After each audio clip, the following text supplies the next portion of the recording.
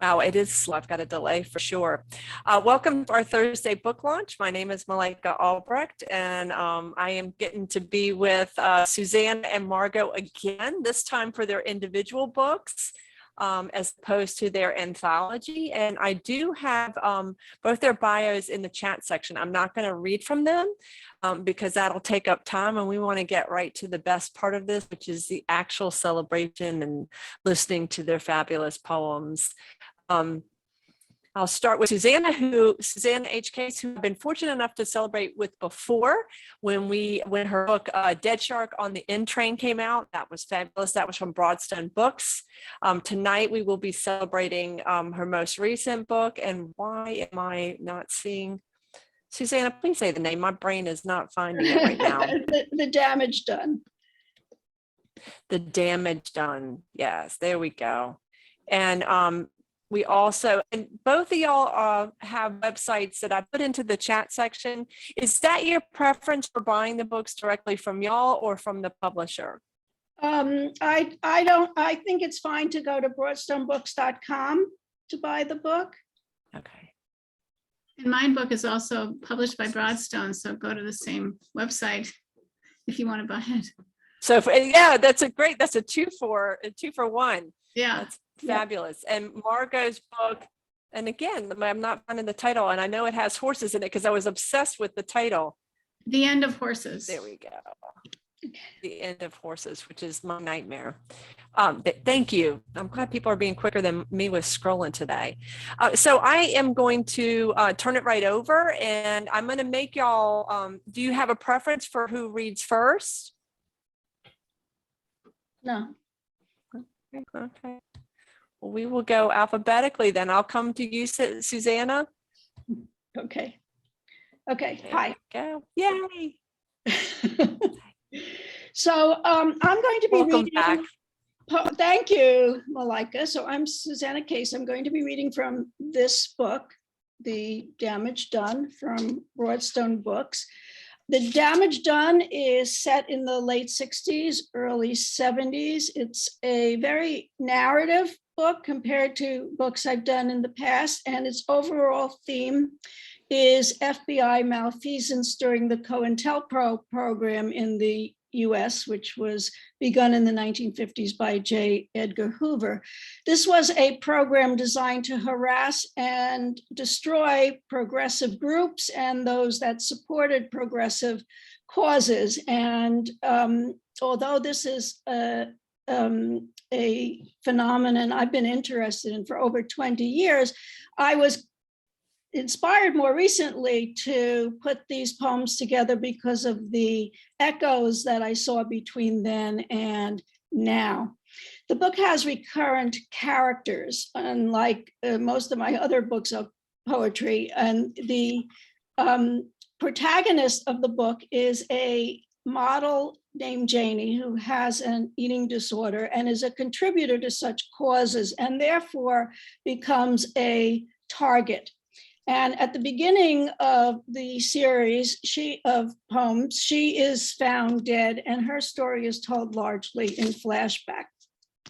Because this is such a narrative collection, I'm often kind of bewildered about how to read the poems, and I've tried different things, doing only the beginning, doing the middle, doing, so today I'm going to try doing parts from beginning, middle, and end.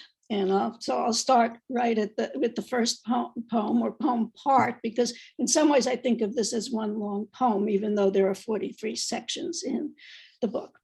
And this is called Woman Speaking Distinctly.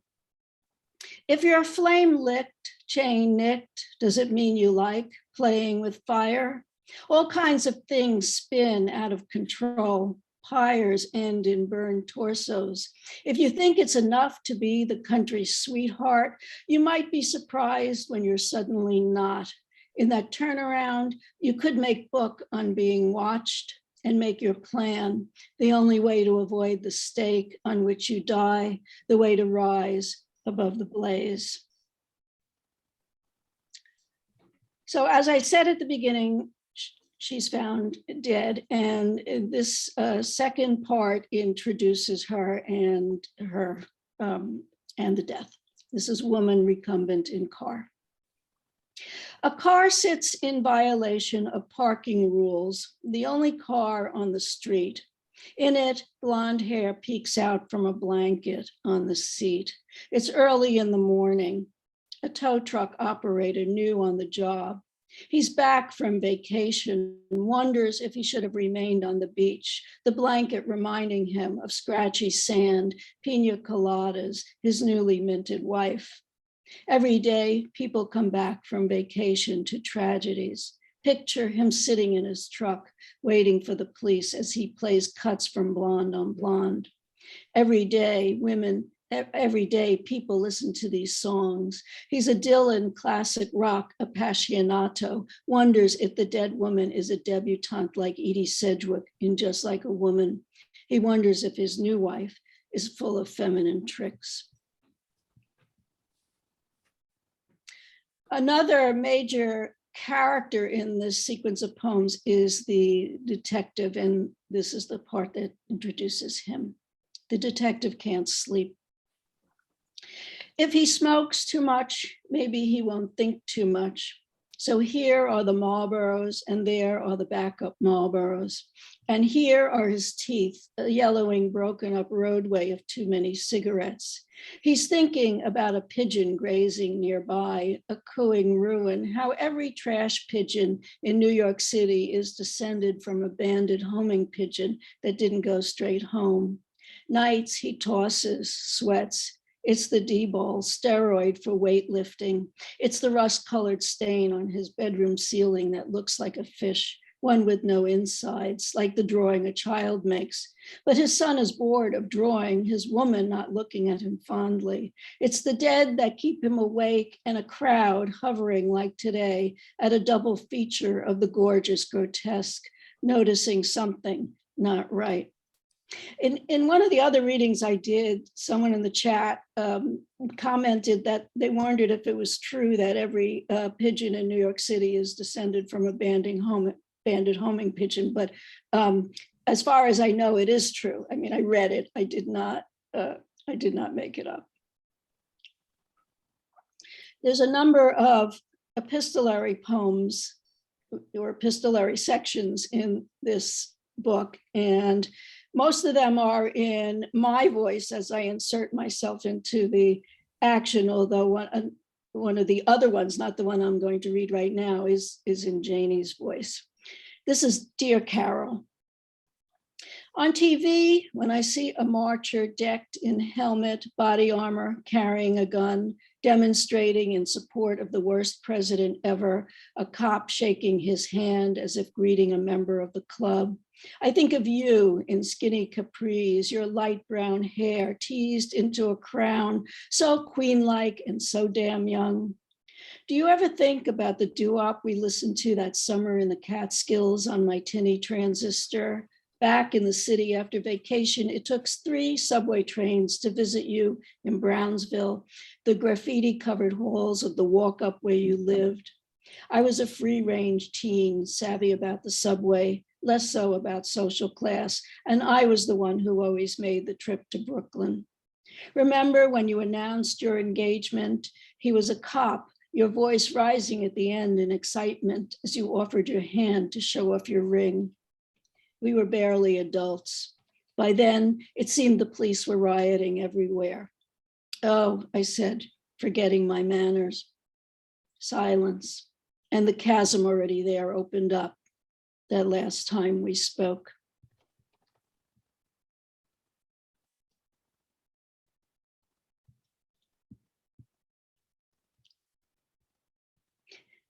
As I said earlier, a lot of Janie's life unfolds in flashbacks. This is one of them, and it's called Flashback Bedroom. Blame the walls and doors. They entice the husband to punch them. 5 stitches on his right wrist just last summer. Inanimate objects only. He says he is a man of peace. His familiar rage, it doesn't cease with 3 days in a row of humid heat, 90 degrees. And how come Janie wasn't in her room in Taos after the shoot? Like an asymptote, she's gotten so close to perfection, can taste how close, like she tastes the black coffee, water, sugarless gum, all she's had for days, so tired of being shown off like an expensive watch. Her precision surgery on her food, he critiques her microscopic cutting, and how did her ass blow up overnight? The mirror is relentless. The water, she drinks too much of it, needs to do more calisthenics. The weight on the scale is unchanging.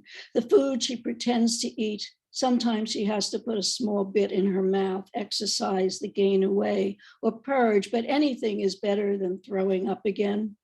The rules for when he can look at her, only when dressed or when the lights are out, darkness and cover.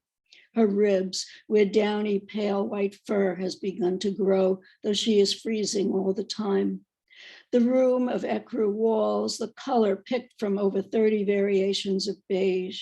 For weeks, samples were shuffled and placed on their bed while she tried to decide. His only comment that nothing was getting laid on their bed lately except the paint swatches. Blame the husband. He likes them thin and young. It's another flashback, family of origin, family of choice. Janie and her lover in a rental car, not too flashy, a quiet Ford running guns to Newark. They'd taken side roads around the turnpike, stopped driving to make out, mouth upon mouth. She knows this is a sweet man, tries not to find kissing difficult, tries not to think about the time her mother, wrapped in grief, made her kiss grandfather's corpse. That stern family she came from, grim, like in Hill and Adamson, sepia photographs of fishermen and their wives, somber in striped cloth skirts.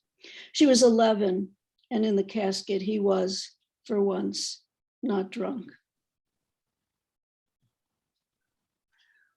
This is the epistolary poem, the poem in a form of a letter that is signed by Janie. It's the only one in the collection signed by her. And it's also a flashback about her early life, flashback before the dinner party.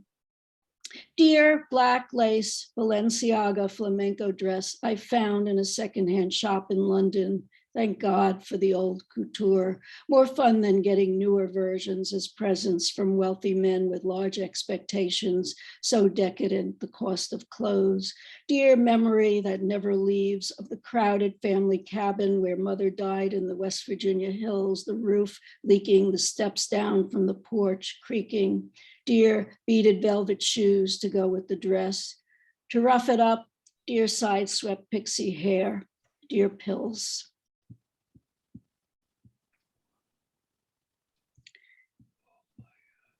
So I'm going to move a little further into the action. This is another flashback origin story. She rang up toilet paper and 6 packs at the supermarket, knew if she didn't get out soon, she might as well plan on being at the checkout forever. Her gang of girls borrowed an old Kodak, dressed her up, miniskirt, fishnet pantyhose, waistcoat, tie. They lined her eyes dark and thick, made her believe she could be in magazines. The Janie who left for New York City at 16 cobbled together bus fare with money she'd saved from her minimum wage, dribbles from these high school friends, and an aunt who was drinking the middle of her life away in a log cabin up in the West Virginia hills, a cabin made of trees, felled, stripped, pegged by hand. The aunt lit her kitchen up in flames one night, and Janie didn't want to die in a house fire before she got old enough to lose her teeth. Too big for your britches, that aunt had laughed at her yearning for fame, but handed her an extra 20 crumpled dollar bills for an emergency. Something to get you started back after you see it lacks what you're expecting.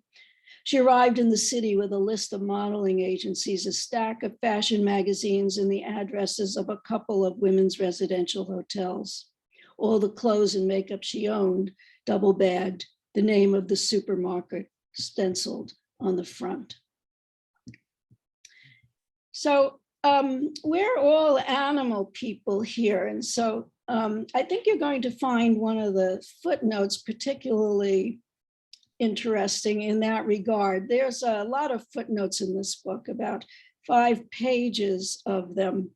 And in the poem I'm going to read next, which is another flashback, Crosshairs on the Back of Your Neck, what I want to say about it is that in the 1970s, the FBI financed an extremist right-wing organization of former members of a group known as the Minutemen to target those involved in the anti-war movement with violence and intimidation.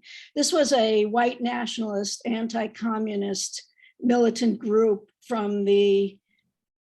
originally from the 1960s, led by a man named Robert Bolivar Depew, until he published a list of 20 members of Congress he believed should be assassinated, sound familiar, and fled a 1967 federal conviction for the group's, they had a huge amount of arms and explosives. So when he was finally caught after a manhunt, they found him with 2 former members of the group, one male, one female, that were being held in a locked crate because he thought they were traitors. And some of the things that they used to terrorize people, such as drawings of crosshairs and words, which are in the poem I'm going to end with, were written by him, and they suggested that the target was being watched and members of the group were ready to kill. Now, what makes this of interest, I think, to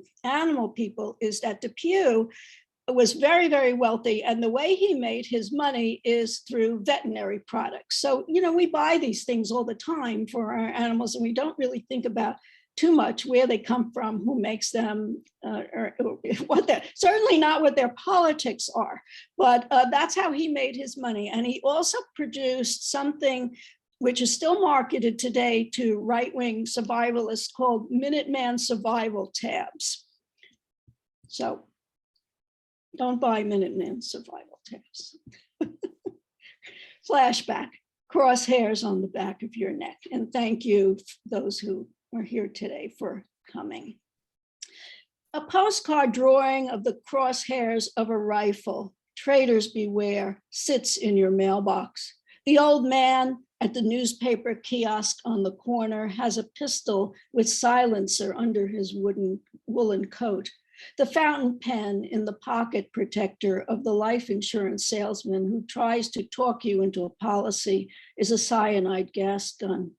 Your white-coated pharmacist is working slow but sure behind that counter punching powder to pack arsenic into pill capsules.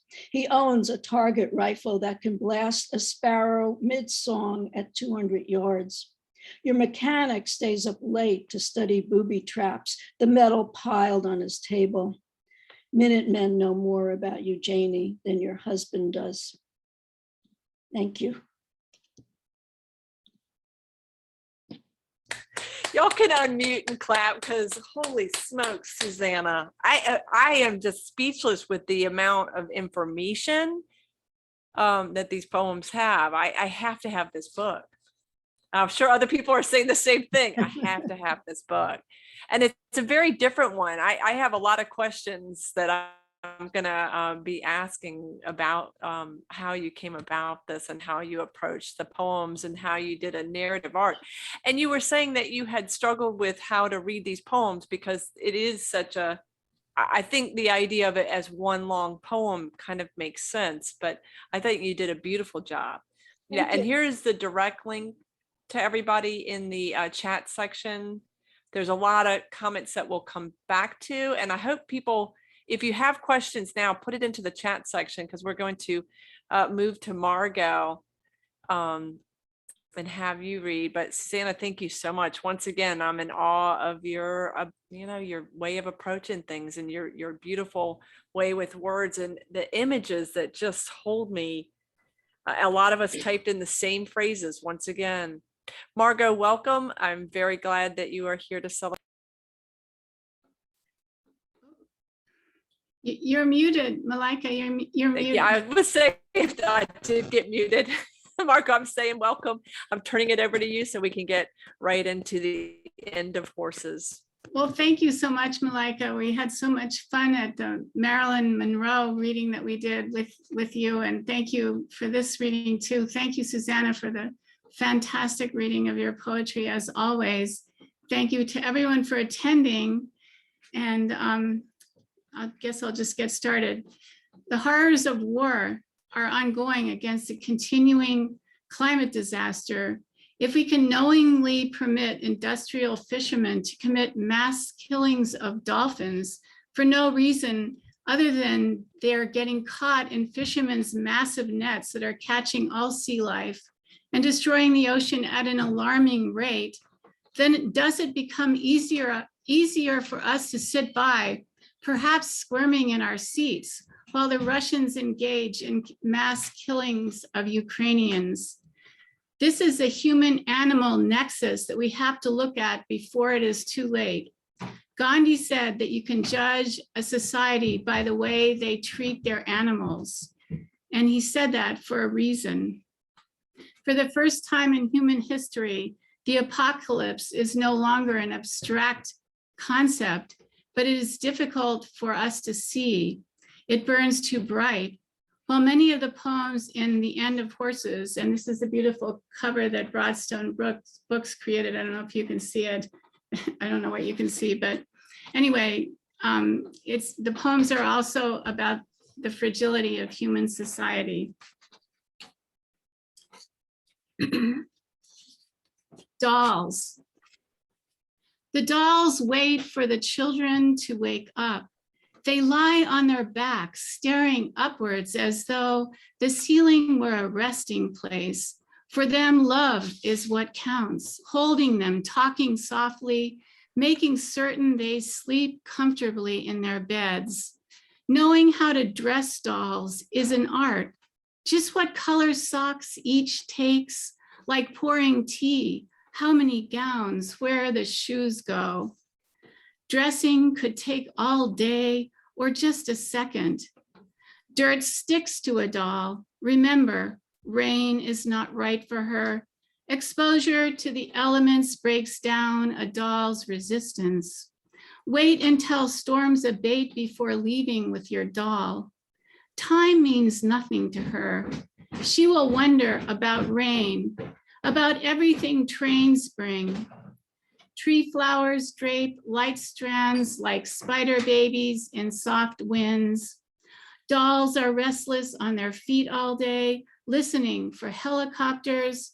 They gather on roads after rainfall to smell the concrete getting wet, the newly soaked pavement almost drunk after a dry spell. Dolls on boats head for rocks in high winds. How many times they wish the boat could reverse, but before motors were invented, everyone jumped ship. Each day, supermarket racks sport headlines, dolls gone sour, dolls born with beards, hair grown with snakes, Medusa-like. Once we had a friend who would hunt with his hawk. For the record, Molly is a name of Irish origin, which means bitter. And it is also a word given to a fish popular in aquariums, bred in many colors. Molly sky. The Molly sky, the lemons in the tree, the Molly sky, the lemon squeeze. So much more has happened since you left. The apple tree, the worms have ridden with the red. The sky is bare and blank. What is it about birds, their bodies rounder than ours, and their wings, so certain of flight, so clear of the tangled wind? The hawks with bells on their tails gird the highest trees, stilled to spot their prey. The treed squirrels, the bunnies startled from the thicket. Everything that moves is game. Bird feathers are straighter than an arrow, straighter than a tree. The ocean is the sky and you are me. Leaves hang like fish, loaves on the tree, autumn brown ground out.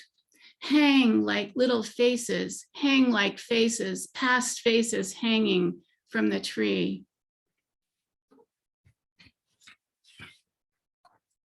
And I also want to read a poem, slightly apocalyptic poem. Treehouse. Something about roots, bone-like, tenacious, that grip the moving ground. The branches like umbrellas bent back and broken by the storm. The leaves veined references to hands and the sound of the wind's wild workings against the leaves. The boy collected the branches and stored them under his bed. Something about the tree seeped into his dream, the trunk a hallway, the branches outlined rooms, and his family finding shelter in the boughs, listening to the sound language of leaves. He did not see a garden, apples, or any fires. Everyone huddled together to keep warm.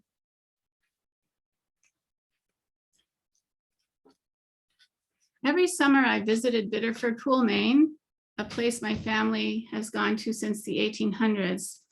And that's the setting for this poem. This salt marsh was once a killing field, Biddeford Pool, Maine.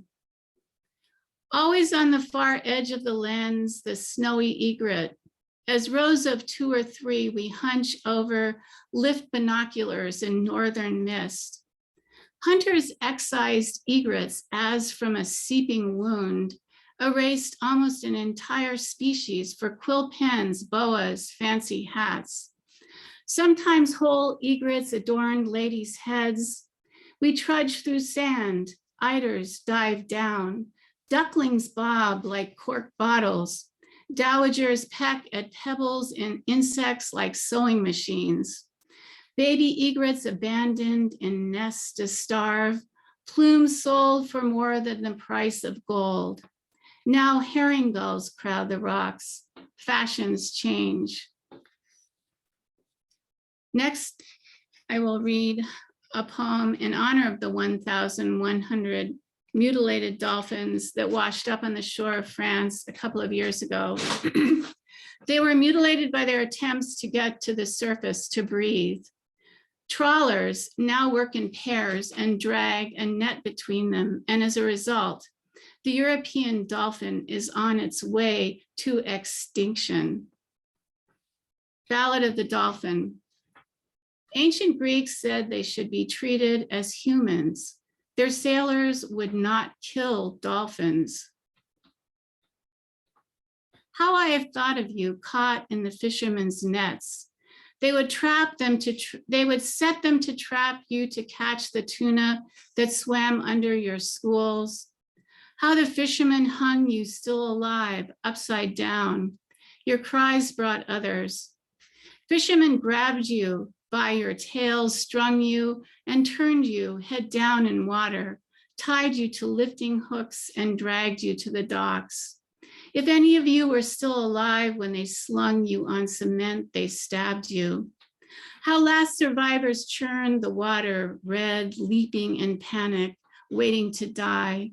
In a good catch, it took them 3 days to kill all of you. How mothers whose calves were entangled could not lift them to the surface. They listened to their helpless underwater clicks and sighs. How often I remember the whale skippers who would radio the location of hundreds of you, allowing tuna fishermen to track down your entire pod. Their nets deep, foaming, wide, so that hundreds could fit inside. How they used underwater sound to confuse and drive you down. How many of you drowned? Fishermen did not want to compete with you, but killing you was not enough. How they used the screams of several to slaughter more. How one of you hangs from the prow, still alive, calling, calling. I was talking to Lynn McGee about that poem and about how I took notes for the poem in the 1980s, but I couldn't write the poem until this year, in the last year.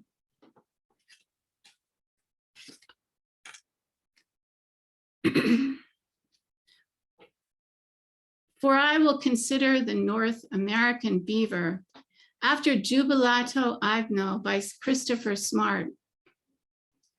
For the beaver is the largest rodent in North America and the second largest on Earth. For the human desecration of the beaver and carrier pigeon ignited the conservation movement. For the beaver, a keystone creature, creates watersheds that are hubs of flourishing ecosystems. For first, they are supreme environmentalists who provide hollows and felled trees for the nesting raccoons, squirrels, owls, ducks, and goldeneyes. For secondly, the beaver is a symbol of industry and the national animal of Canada. For thirdly, beavers have created verdant soil for the farmland in the valleys of the northern part of North America. For fourthly, the beaver engineered habitats prevent erosion, reduce risk of flash floods, maintain water in streams throughout the year, and fortify trout. For fifthly, the weight of the beaver pond bears down into the earth and restores groundwater. For sixthly, beavers and their ponds, wetlands, and meadows have provided nourishment to the brown creepers, nutcrackers, moose, trumpeter swans, and coho salmon. For seventhly, songbirds rest upon coppicing willows and ducks nest along the edges of their ponds. For eighthly, by gnawing down trees and dense forests, beavers provide sunlight and photosynthesis to support food webs. Pond insects shelter in their lodges and dams. For ninthly, beavers are balletic and ingenious in water, and their transparent eyelids permit them to see while swimming. For tenthly, the beaver is monogamous and endowed with familial fidelity. For the beaver's young help care for siblings and assist their parents in repairing dams and lodges. For their second pair of fur-lined lips allow them to close their mouths in water while hauling and gnawing on wood. For beavers can hold their breath underwater for 15 minutes. For the beavers, 4 chisel-shaped front teeth perpetually grow to replace that which is ground down from chewing bark, and the outer enamel of their teeth is thick and tinged orange with iron compounds.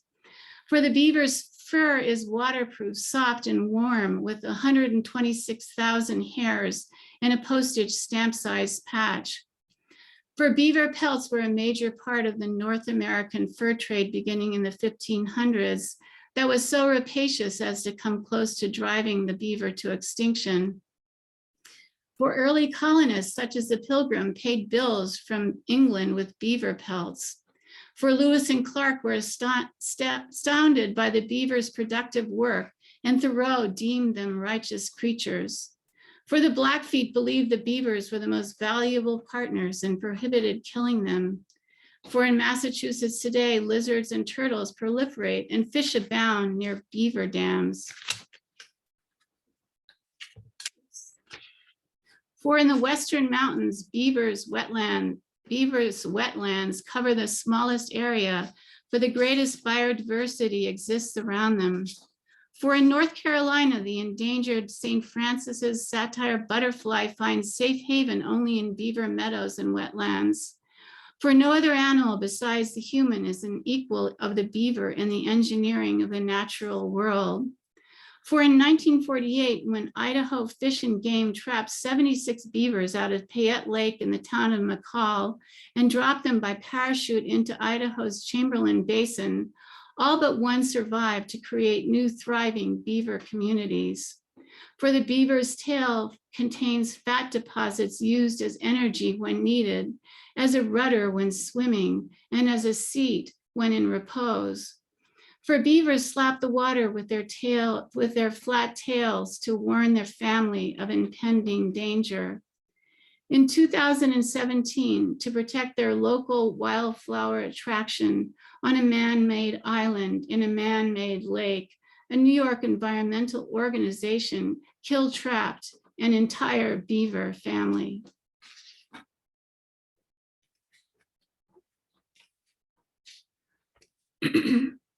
Farewell. Goodbye, my orchid.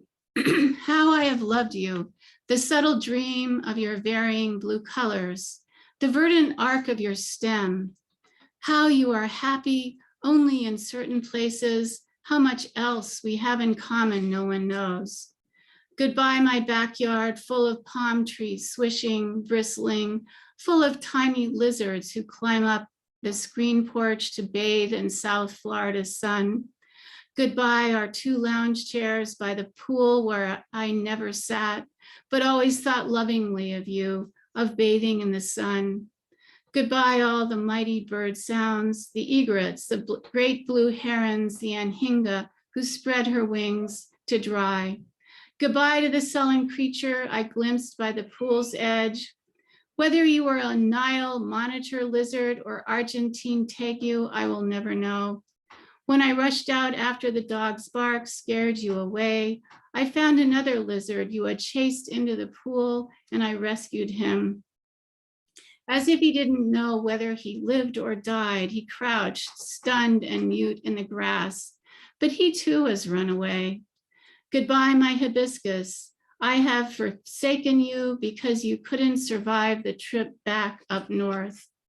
Goodbye, intermittent showers that pour from one cloud like a teapot, while neighboring skies remain blue and sunny. How I have loved you all. And I just have 2 more short poems.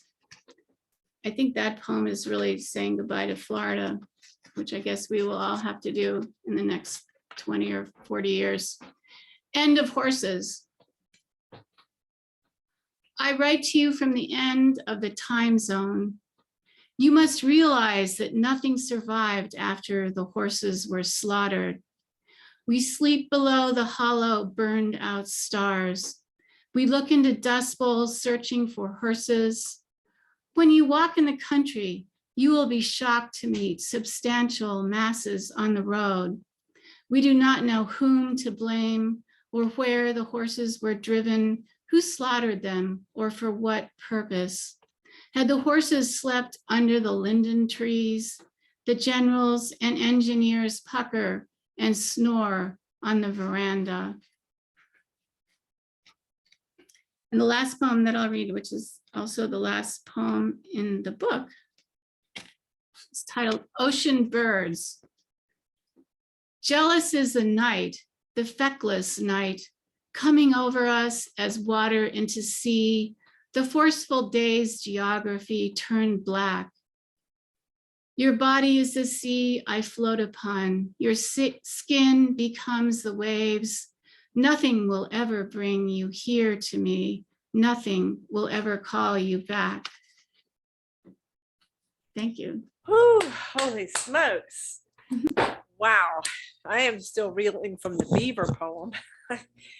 I love that one. People, if y'all want to unmute, please do. And I'm going to put us in a gallery so that we can be and see each other as we talk.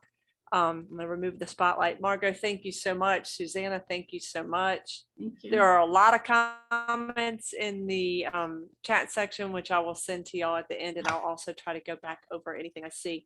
Does anybody have a question for one or both of them? Because if not, I do.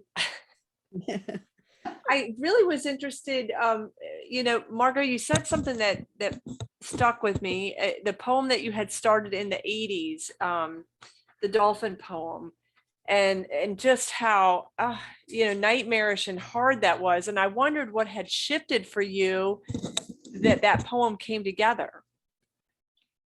Well, I have all these notebooks and take notes in them, and I'm really extraordinary. I mean, Susanna can attest to this. I'm extraordinarily disorganized, and I have the notebooks all over the place. And I think, you know, I think it was too painful to write about when I read it, and I took the notes, and I was like, oh God, I can't believe this. I couldn't believe what was happening then. This was so long ago, and it's still happening. It's really, I'm continually trying to understand why none of us can do anything to stop this. Well, I mean, any of us can do anything to stop all of the atrocities that are occurring around us, and why cannot we do anything? And I think it's because it's the corporations because I'm not going to say, I hate it when they say, you know, South Carolina who or whatever. It's not a person. It's just this entity of I don't know what it is, but I think they are really the ones that are doing this to us. It's like they're not human. It's not a human force, but it's just happening and we have no power as humans. I don't know. I just don't understand it. I mean, the ocean will be dead soon. All the ocean animals are going to die. They're going to die. And what are we doing? What can we do? What can we do? I'm just saying, I'm donating all the proceeds to Sea Shepherd Conservation Society. Everyone should look into them. They do things like they will sink boats of these horrific fishermen. They will sink them. I mean, they're an incredibly courageous organization that is trying to do something about what is happening to these poor sea animals. I mean, if you look in the news about what are happening to dolphins, is beyond belief. Yeah, the level, I hadn't heard most of those details, and the level of cruelty is what was really just gut wrenching. And I felt as you were reading that so many of them were like love poems, but how grief is the companion piece to love. When we lose love, it's grief. So there was this alternating between this place of deep love and admiration and lifting, and then also this deep grief, like a howl underneath so many of the poems. And I would say one of the things that struck me about both of y'all, and I knew this about Susana, lots of thoughtful research and information and beautifully crafted poems, and just how powerful that is to speak on issues that are so important and current and topical, and how you both approach very important things to say in different ways. So there was similarities, but there was differences. And I was wondering, were other people struck by that as well? And I just noticed Marjorie's here. Hi, Marjorie. Hi, Marjorie. I just, before anybody responds, I just want to say I heard a craft talk about a month ago between Jane Hirschfeld and Dorian Laux, and both of them were talking about writing from actual things that had actually happened, not necessarily to them, but something in the news, for example, or something like that, something external, but something that had really happened, and how they approach it. And Margo, it's occurring to me, there's another off the cuff comment I'm going to make. We should start doing workshops on how to write poems from events, events that are outside of our own lives in some way. So don't necessarily take me up on that, because I think that's a great idea. And your approach of using persona poems or having a narrative arc is an excellent way. And yours with doing research, Margo, and then just really diving in. And there's almost the repetition that you use firstly and secondly, and things like that has a very hypnotic effect on me as the listener, as the person out here. And I really enjoyed that. I stole that totally. I mean, I said after Jubilate Agno by Christopher Smart, and I stole his form. That is literally his form. Yeah. So I just stole it. And then Lynn McGee told me that she has done another poem from Christopher Smart, and I haven't had a chance to read it yet, but anyway, it's a great form, actually, if you have a lot of information, because he really did observe his cat with incredible, it's a wonderful, everyone should read his poem because it's phenomenally good, but it's a great way of presenting a lot of information, I think. Well, see, and that would be what y'all could cover in your workshop, how to approach this, how to have forums, how to write from a persona perspective. I think y'all are onto something with that. Oh, Marjorie, yeah, you said, Julian said beaver poem, a tour de force. Yeah. There was another question I wanted to come back to. Let me see if I can find it. And feel free, anybody that has a question, jump in, please.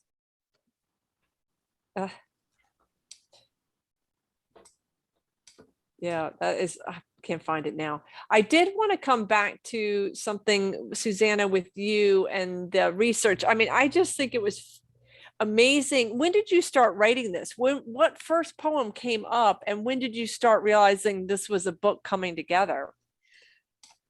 I'd say 20 years ago, because I've had an interest in the way that Margo is interested in corporate corruption. I'm not saying I'm not interested in corporate corruption, but I'm interested in government corruption.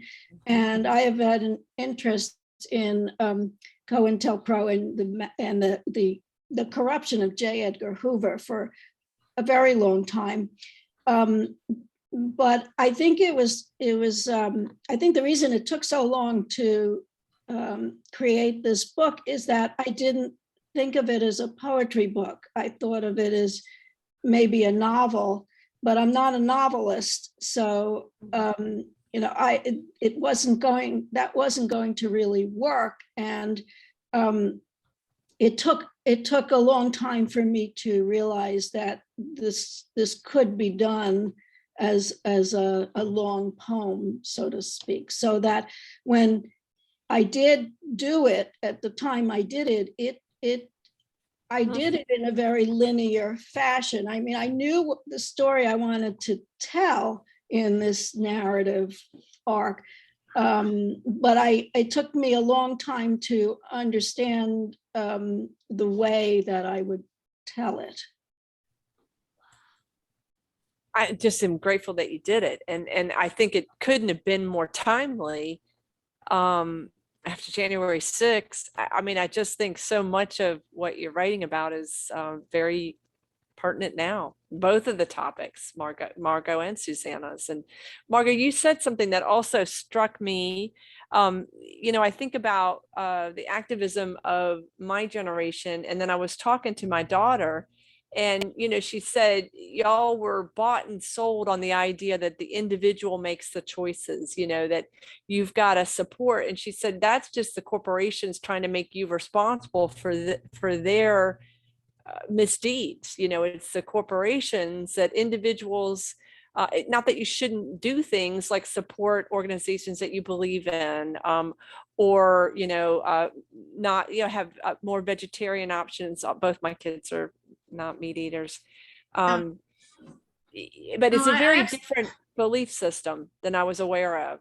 I was telling Lynn McGee, another poet who's a Broadstone Books poet, and we were talking, and I said, well, if you ever want to give up eating meat, read the book Eating Animals by Jonathan Safran Foer, because if you read that book, I think chances are you won't eat meat afterwards. It worked for me anyway. But yeah, I mean, I think, I don't know. I think that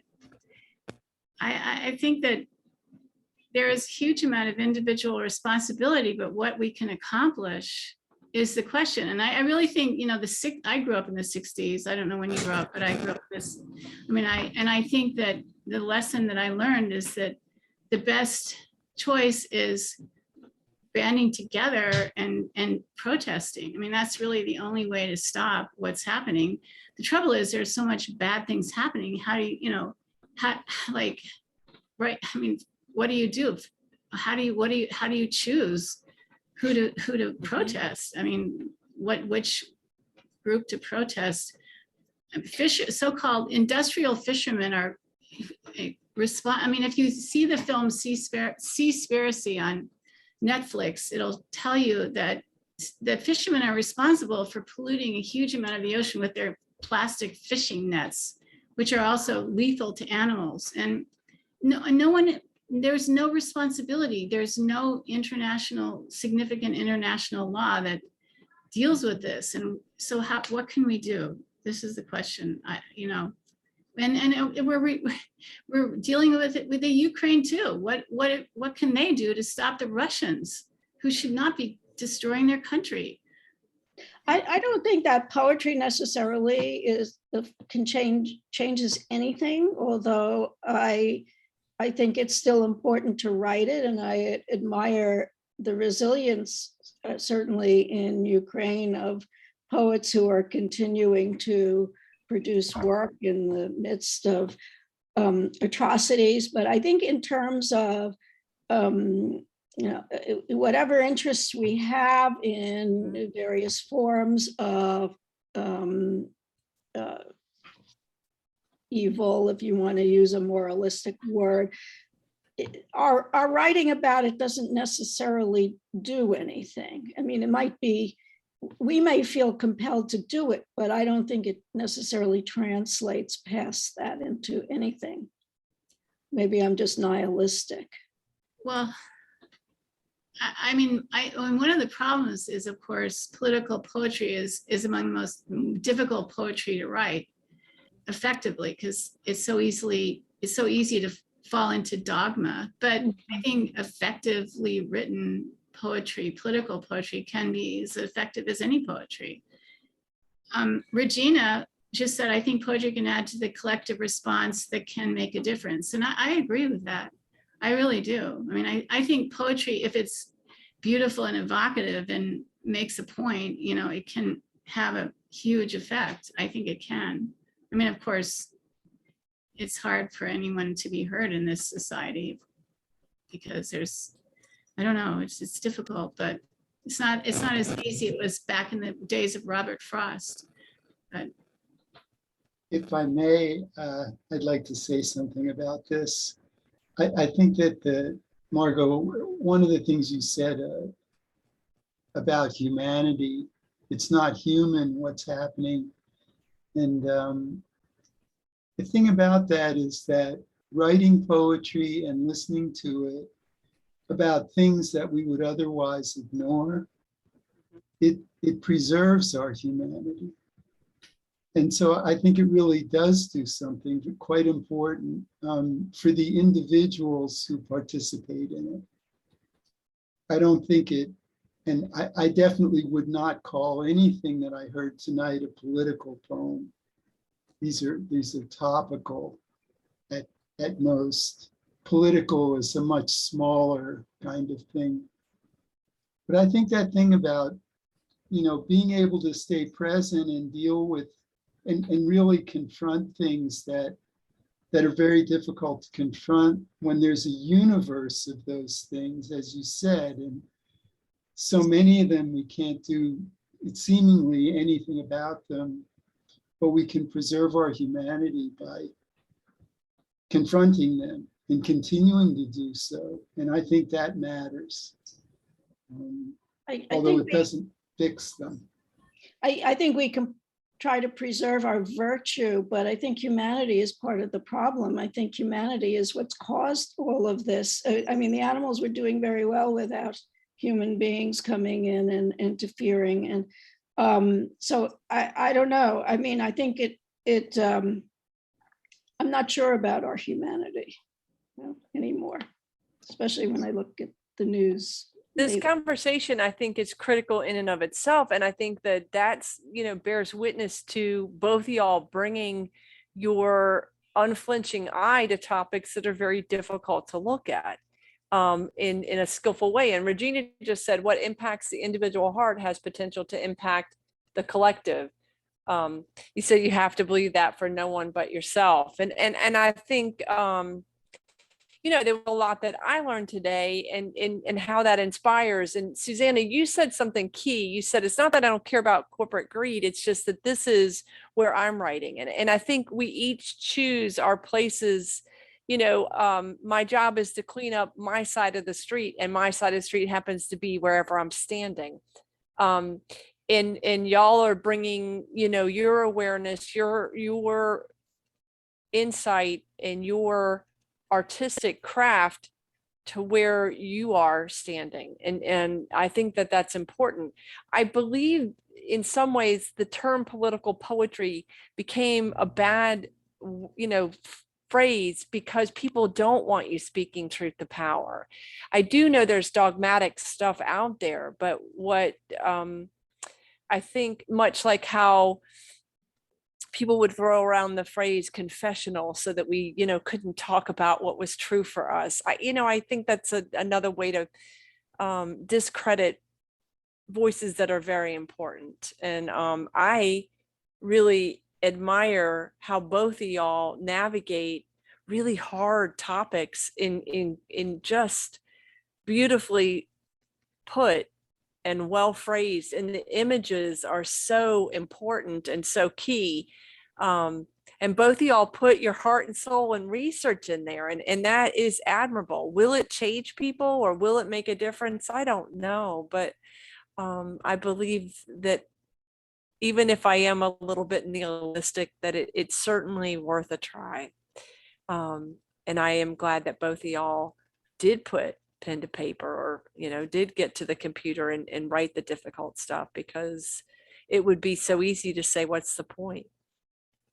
I printed out this quote earlier today, and I think it applies to what you both do. This is by Christian Wyman, and it says, "Let us remember that in the end, we go to poetry for one reason, so that we might fully inhabit our lives and the world in which we live them. And if we more fully inhabit these things, we might be less apt to destroy them," which I just thought tied in so well with both of your work. Yeah. And that, yes. Wow. Yeah, no, that's interesting that you read that today. And that kind of dovetails in with what Dawn was saying. It does. But I really, definitely want to get both these books so that I can study and read what y'all have written. Well, I was going to mention that Don Krieger and I both met in the 60s and we met when we took a workshop with Denise Levertov, who might be a model if anyone's interested in looking into her life, because she wrote beautiful, evocative, lyrical poetry. She also wrote political poetry, but she also did engage in political action and was very involved in the issues of the day and fighting against the war in Vietnam, and we all went on demonstration together. It was really quite an amazing experience to be able to study with Denise Levertov, when I'm sure it was for Don. I mean, he came from MIT and I was not at MIT. I was not a scientist. She wanted to teach scientists. So anyway, just to have that opportunity was quite amazing. And also, I have to say that Don Krieger helped me solve several of the poems that I wrote today in terms of ending them. So I should say thank you to him. Oh, really? Yeah, see, I love that. That's fabulous. I did want to read out what Larry Moore, the publisher, wrote. "It's been a pleasure to hear Susana and Margo read again from these essential collections. I'm proud to be their publisher and friend. Thanks to all for this evening, from which I must now depart." So I could stay a long time talking to everybody here. Thank you, both of y'all. Thank Somebody you. else. Thank you so much. Thank you for not only having us once, but twice. Susana, anytime you have something, you just call me and we'll come and talk together. And also Margo, and I thank you for connecting me with Myra. And it's fabulous to see everybody. Really, I'm going to be thinking about this one for a while to come. So thank y'all. Thank you. Thanks a lot. Beautiful work. Be well. Thanks a lot. Thank you. And we didn't have a storm that knocked me off the internet. So yay. Yeah. Bye guys. Be well. Bye.